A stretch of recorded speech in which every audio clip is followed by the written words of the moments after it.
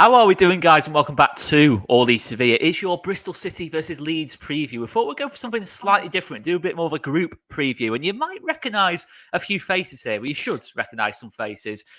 Mr. Joe Wayman, I'm honoured that you've come off your sick bed to do this today. I know. I've got the Rona, Anna. I've got the Rona. I'm so tired. You would not believe. But when you asked, of course, I would never turn down an opportunity to come back to the place that gave me an opportunity. So I'm always here for All Leeds TV. You should know this. That's PR, that isn't it? That's a right PR. I'm telling you, man. It's true. It's true. It's much appreciated as always. And Tash, how are you? I'm good. I'm much better now. See the. Have you sobered up after Watford yet? You what? Have you sobered up after Watford yet? I wasn't even drunk. I don't know why people think. I was just very, very the comments. You see the comments? No. I think the top one was stay off the pot. But I know in the last one it was like, are you sure you should be driving or something like that? I'm like, I'm not even drunk. What Leeds United does to us, it does make us seem like we've had a few drinks. But if anyone's watching who thinks we've been drink driving, we haven't been drink driving. Just to confirm. I'm just a very scatty person anyway, and then like just do what I do and never read comments on the internet ever. Yeah, I mean, you could have so many lovely comments, Joe, but you just don't read them. Not for me, thank you. Right then, guys, let's get into it. So Bristol City versus Leeds. It's been a bumper week so far. So far, so good. 6 points out of 6. Mr. Wayman, how are you feeling going into this one? Confident as ever? Yeah, very confident, mate, to be honest. I mean, nothing changes, does it? I think, yeah, look, they have a good record at home. They haven't been beaten yet this season at home, but I had a look at the teams they played, and it's like teams that are down the bottom end of the league, Sheff Wednesday, Millwall, Plymouth. So they should be beating them. So, look, we have a great record as well. I think we've beaten them in the last 6 times we've played them. So I am confident, rightly so. I think we all should be confident. Like, this is probably the time that we should all be confident, because we're just a little bit good, aren't we, this time, you know? This isn't the time we normally fuck it up. Yeah, good time exactly. for this. It is. Tash, are you feeling all right going into this? Yeah, I am, and although I don't like saying it, because normally when I am, it doesn't turn out that good. But yeah, I am, and I'm actually quite happy with the team that we've got now. So it is looking better. I know we had iffy spells on Tuesday night, but it is looking better. I do think. I think it's. I think we've just been, obviously we've been getting the results most of the season, but I think we're starting to see the performances as well. And obviously, there's a few negatives to talk about. It looks like our left-hand side from the last couple of weeks has been fantastic. It's going to be changed, and it's forced on us. Obviously, Firpo picks up the booking. Ramazani, it looks like it's a fairly, hopefully not too long-term an injury, but a bit of a worrying one. Joe, I'll come to you first, mate. Obviously, we'll start with Junior. Yeah. He's out, that's for sure. There's no doubt about that. Is it Schmidt or is it Sam Byron for you who goes in at left back? In your opinion, what would you do if you're Daniel Farker? It's twofold, isn't there? Like, if I was the manager, I'd probably give Schmidt a go. But the fact that we've seen him for all of about 10 minutes worth of football, I think, and Byram's always his go-to, he'll play Byram there. And I'm okay with that, because I actually like Byram. He's not like, doesn't excite me, but he'll do a job, and that's all we'll need him to do on Saturday, and then bring back, Junior the game after. So I probably would like to see Schmidt, though, I can't lie. But yeah, we know Farker is not one for giving people just charity minutes. You've got to earn it. And the fact that he hasn't used him yet probably makes me think he's not going to. Yeah, I'd agree with that as well. That was my line of thinking as well. I think the way I look at it is Byram is the better defender of the two. I mean, I've not seen loads of Schmidt, but the bits I have seen, he looks a lot better going forward than Byram. But Byram looks like the more, you know what you're going to get from Byram. You know it's going to be a 7-ish, 8 out of 10 kind of performance from Byram. But Schmidt, it could be like a 9 out of 10, or it could also be a very iffy debut kind of thing. You think Bristol City away, it's not the easiest place to make your debut kind of thing. An away game, we're on a decent run. I mean, it's quite, I know it's going to sound a weird thing to say, but Firpo was set it seems mental saying this because after the journey of Junior Firpo has been pretty mental anyway, kind of thing, from up to down. It's been crazy, but it's quite high pressure actually coming in and replacing Firpo at the minute in terms of what he's offering us, going forward and defensively, Tash. Yeah, he has improved a lot. I still find it like last game, I still wasn't that happy with him, probably second half. I still think he has got it in him to just not be that great at defending. I'd never fault him going forward. I think he's brilliant at going forward, but I'm still not. I know it sounds really harsh. I'm probably going to get loads of stick for this, but I'm still not 100% with him defending. I actually prefer Sam Byram as a defender. If you could just merge them two people together, it would be brilliant.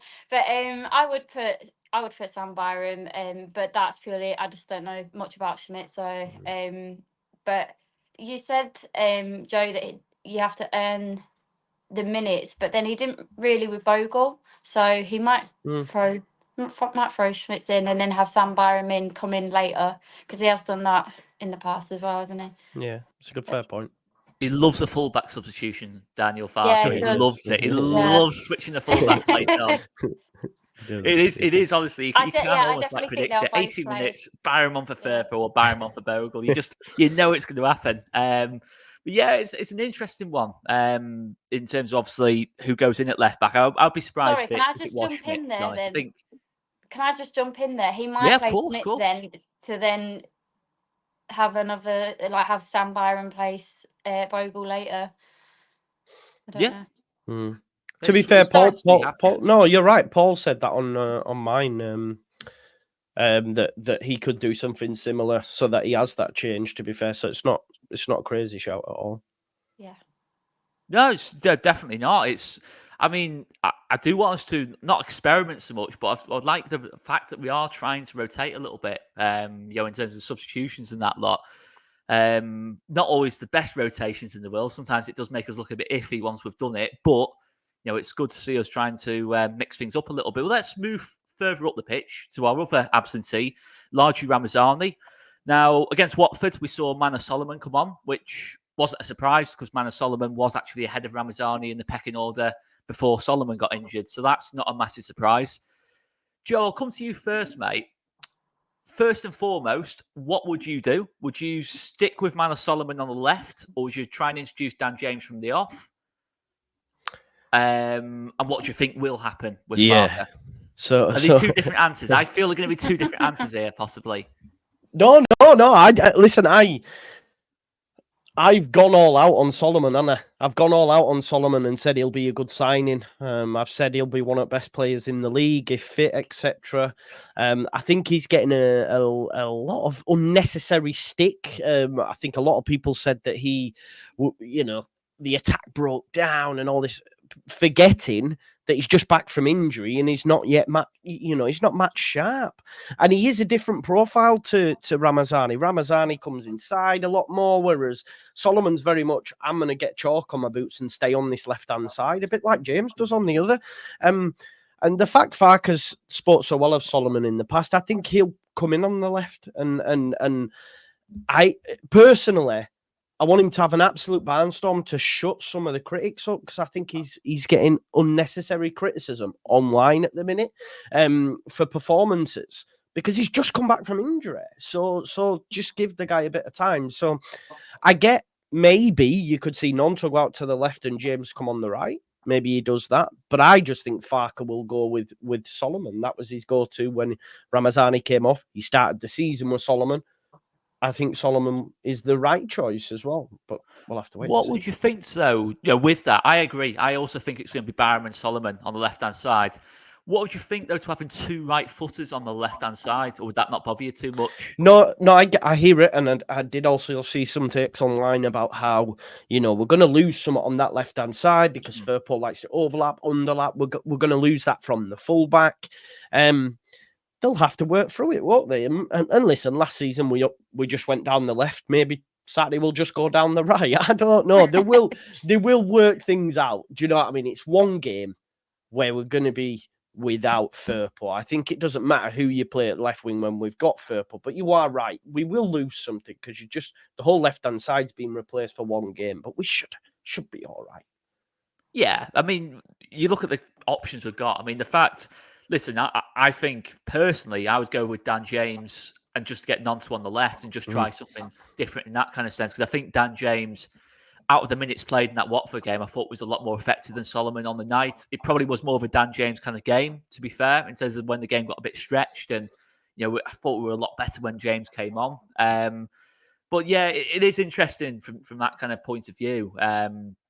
In terms of how that kind of plays out. But I just think of every other team in the league, Tash, in terms of the other 23 teams, if the option was between Manor Solomon and Dan James, they would pretty much kill just to have one of those options. You know what I mean? Yeah, It's yeah, like that's fair it's just enough, it's almost like we've got too many options at the minute because it just creates so much kind of discussion, doesn't it? And with Joe, like, people like to just jump on people really quick, like everyone did with Rothwell, and then look how amazing he's been just because he's been starting. Me And certain someone in the top right had a few things, had a 4-letter word to say about. I called him shit. Did you? Yeah. I've had to apologise. It is what it is. Well, I need to apologise as well, Joe, because last year you kept saying we should not be starting Joseph, and I was like, you're fucking out your head. You need to be starting Joseph, and you know what? I agree now. I think he's a better impact player, but we'll get to that later.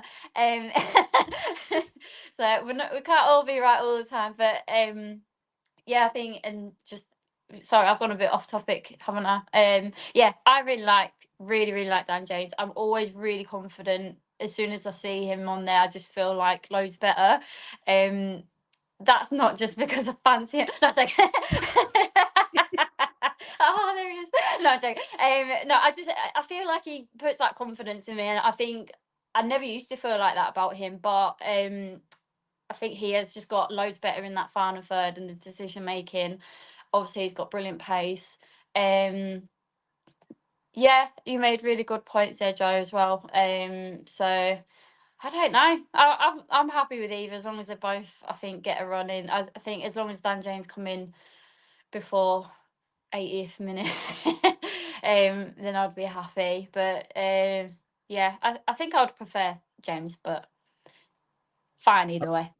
I think what we need to do is we need to say Solomon's shit, and then now he's going to like go on an absolute That's mega true. run. Whenever I say a player's shit, then they like have a welding.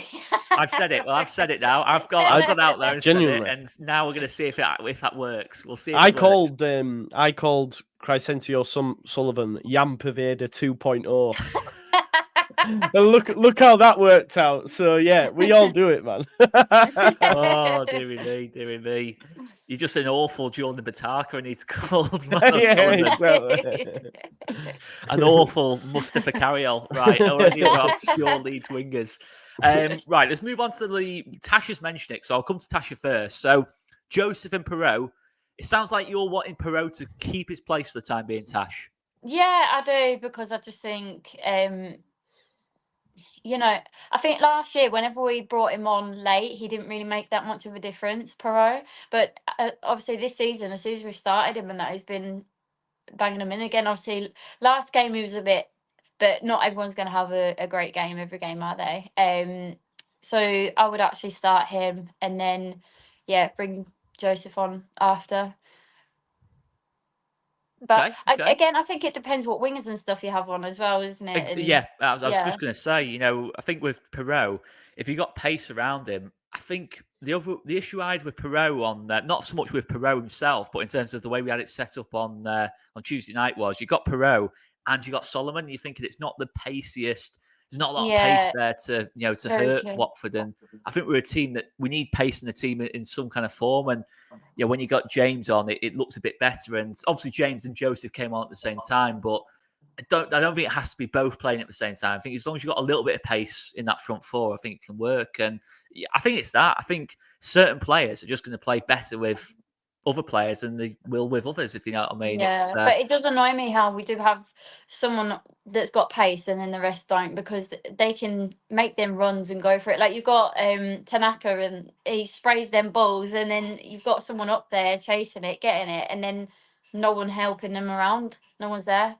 I mean, going from like Perot and Solomon to James and Joseph is like me doing the 100 meters versus Usain Bolt. You know what I mean? It was just like the difference in like the speed we were able to attack. And that's nothing against the other two because they're good players in their own right, just different types of player. I mean, where do you stand on it, Joe, then? Are you still Team Perot or are you Yeah, at more the towards minute, yeah. Joseph? Look, he's got 4 goals and 2 assists. You can't say fairer than that. I think we have to keep faith with him for now. He kept faith with James when Joseph when he wasn't scoring. And look, had Joseph have come on the pitch and scored that header, we'd probably be having a different conversation.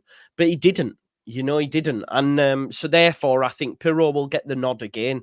And hopefully he has his shooting boots on. I don't think he was that great in possession on Tuesday night, but I don't think overall Leeds were. I think Rothwell gave it away a few times and stuff as well. There's only really Tanaka who was amazing on Tuesday.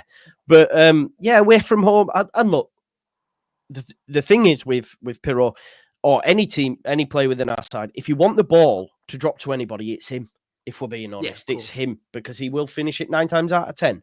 So yeah, keep the faith with Pirot, and if you know he goes on a barren spell a bit like Joseph did, then at least the good thing is we've got 2 strikers that are scoring goals, and we're not having to rely on Pat, who's now 3rd choice. He can't even get on, you know. So happy days. It is mad though, isn't it, when you think about it, Bamford, like how quickly what became the main number 9, sort of like second half of last season, and now he's like dropped to 3rd choice. So it does show that, you know, I have been critical of Daniel Farke in terms of being too loyal, but it does show, to be fair, that there is that ruthless side to Daniel Farke. You know, say with Byram as well. Byram's always been a massive favourite of Daniel Farke, and now he's back up right back and back up left back, and you know it is interesting from that point of view. But just to round off with then, 2 things just to round off with. The first one is, do you think now that we've got a lot of these Saturday, Tuesday, Saturdays coming up, you know, between now and sort of the new year? I'll come to you first, Joe. Do you think we should be looking to rotate a little bit more than what we are doing in terms of the start? Not so much substitutions and doing quicker substitutions in terms of the starting 11. Do you think we need to say 1 week, you know, swap on the fullbacks out or swap on the wingers out and just to keep the team fresh, or are you just post Christmas? Put after Christmas, not right now. I think we're still in the early parts of the season. Legs are still all right. As the season goes on, then start to change it up more. But not right now. I think, you know, Farke maintained this last season as well, that like he knows what he's doing in this division. I think he uses the squad a lot more now anyway with the subs and stuff that he didn't do last year. If we look at like someone like Jadon Anthony, he barely played, did he? Whereas he's not afraid now to make changes. So I think it's early yet, but come the new year, I hope he does make changes. Yeah, I mean, it feels like a bit of a thingy conversation, this, because I think we all know in our heart of hearts there won't be much rotation. I think it's just the nature of what Daniel Farke is as a coach. It was the same with Bielsa, wasn't it? You know, how many times did we, on this channel alone, pretty much all 3 of us at some point say, oh, we should rotate a little bit, you know, from time to time. But we know, Tash, that Daniel Farke, unless he really needs to, probably won't rotate. Yeah, and I kind of get it because, like, when we have, like, when we're in competitions and stuff like that, he'll just change 1 or 2 people, and what a difference it would be will be a lot crapper. So I don't know. I feel like we're still trying to figure out who the set team is, and that's because of the injuries. I mean, I don't think anyone would have like put Ampadu and Gurev, took them out, and you know Tanaka and Rothwell have been absolutely brilliant, and I just feel like we're finally actually sort of getting our team right now. So I definitely wouldn't be rotating too much anymore. But it does frustrate me when it's clear as day should be making a sub and he doesn't, and he waits another 10-20 more minutes. That does infuriate me.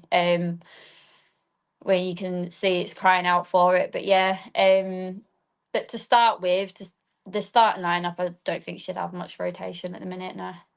Okay. I mean, listen, it's worked twice for him at Norwich. I mean, you can pretty much name that 1 to 11 at Norwich both times around because it didn't change even in between the promotions kind of thing. He stuck with the same team for 2 years essentially, and you know got the team pretty comfortably promoted. But let's just finish with one last thing then. Quick fire score prediction. Come to you first, Joe.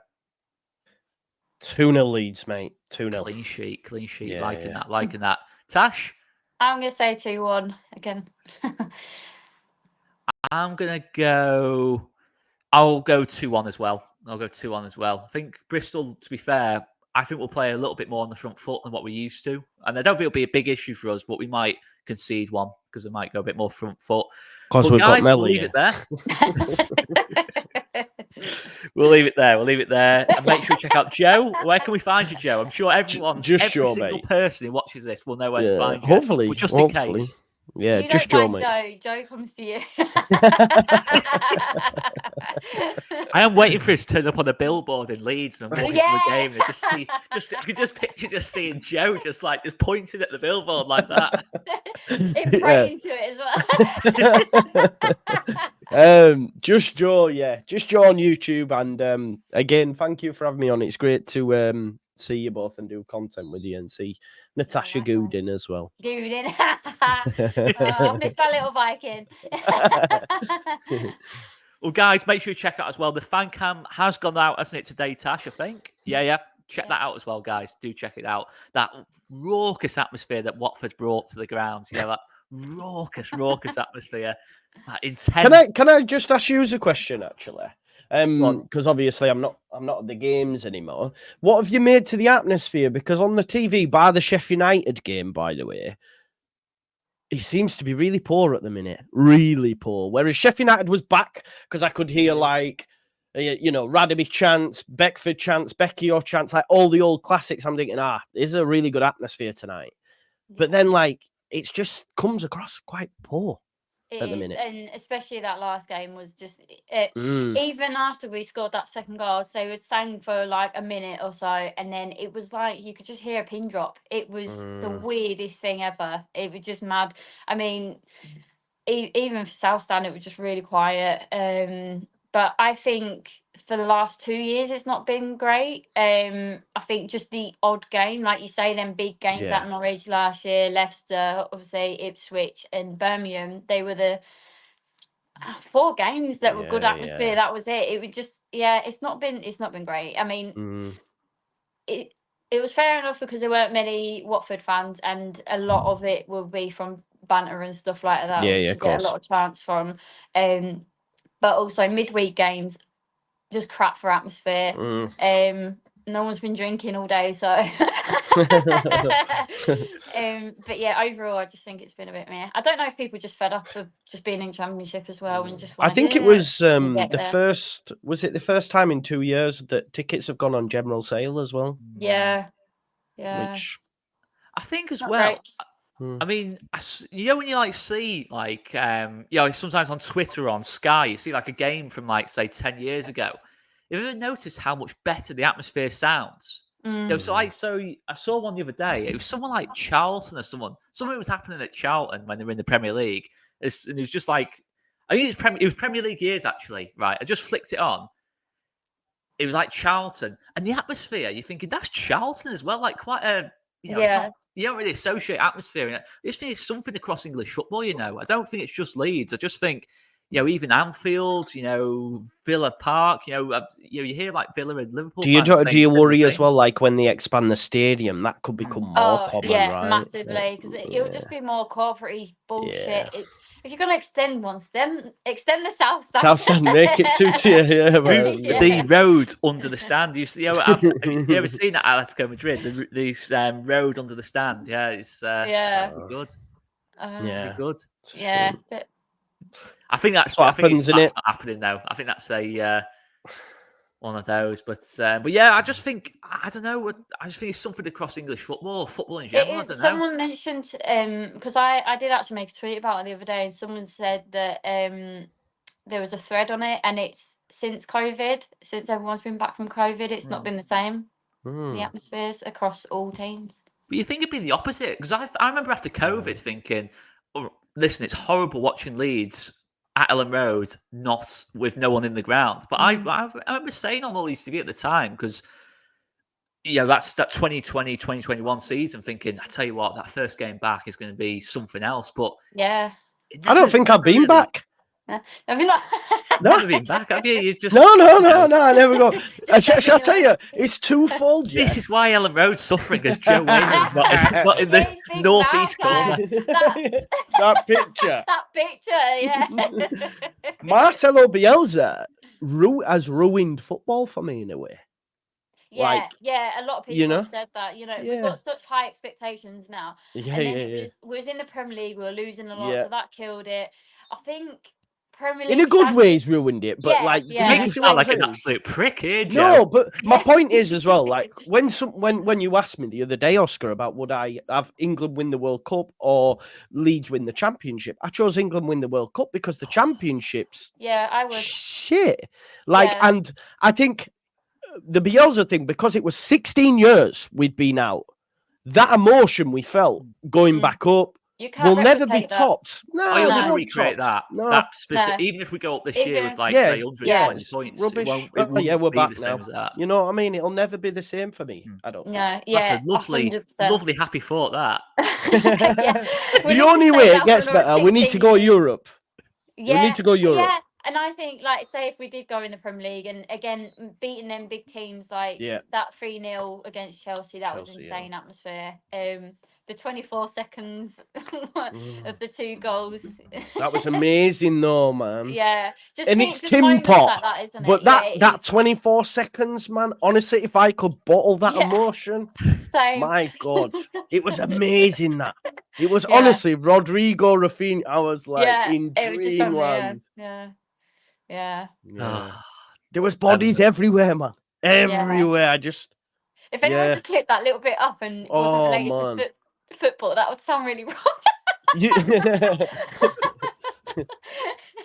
But yeah, that 24 seconds was the best.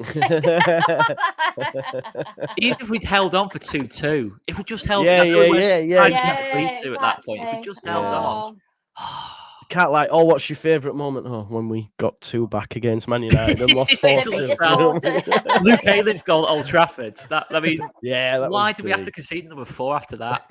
Yeah. Why? Why? But yeah. That's when I'll be back, you know. How proper. I've still got my season ticket. So as soon as we get in Europe, I'll be like, Glory, I'm back. Oh, here we go. Champions League. What are you doing, Battleground? I'm a Glory supporter. You're gonna have your watch along and then it's just gonna be empty. Like, Yeah, exactly, I'm mate. still on the views. Can you still tune in? I'm offside. Oh, God. Oh, you'll be booking the plane seats now, you. Oh, 100%, man. I would, honestly, I'd go back for Europe. Because I never yeah. got to experience it as a young one. So Yes. I would, I would like to. Away games, even if I couldn't get the tickets, and tell you Yeah, now, I'd every go, single yeah. I don't care I'd where go. it is. I don't care where it is. I'll go every single game. Imagine Even your if I can't get vlogs as tickets, well. I'd Imagine go the just to vlogs the abroad. Yeah, even Australia one was good, and that Yeah, wasn't yeah. really even playing anyone or playing Yeah. for anything. But yeah. Yeah, it would be amazing, wouldn't it? Let's just get promoted first, though. Yeah, exactly. We'll get there. We can dream Promoted it. first, and then trying to stay up, and all that fun stuff first, and then Yeah. then the formalities like European qualification. Yeah, it'd be unreal to be. But look at Villa, though. It'd Look be at Villa literally now. going to say that. It would be unreal to be a Villa fan right now. It's Yeah. annoying because my boss is a Villa fan. Well, my old boss, and he still texts me now like. They're top of the Champions League, aren't Yeah. they? That's insane. It That is is mad. insane. Fair play to him, though. Yeah, same. I feel that as well. I'm buzzing for them. But It's like when Yeah, you see it's good to Josko see someone different in there. at City. Yeah. You think, I'm so glad we got Diego Llorente instead. I'm so glad we did that. Yeah, well, you never know, man. The way it's going for Bielsa at Uruguay, if Farker balls it up in the Prem, maybe we can put in that call again. You just never know. Here he goes again. Right then, guys, we'll leave it there anyway. Big thanks to Joe. Big thanks to Tash. Check out all of our content around this game and from the Watford game. My voice went up for some reason then. Anyway, and hopefully Leeds are as well. We'll leave it there anyway, guys. Big thanks for watching. See you later, guys. Cheers. Bye.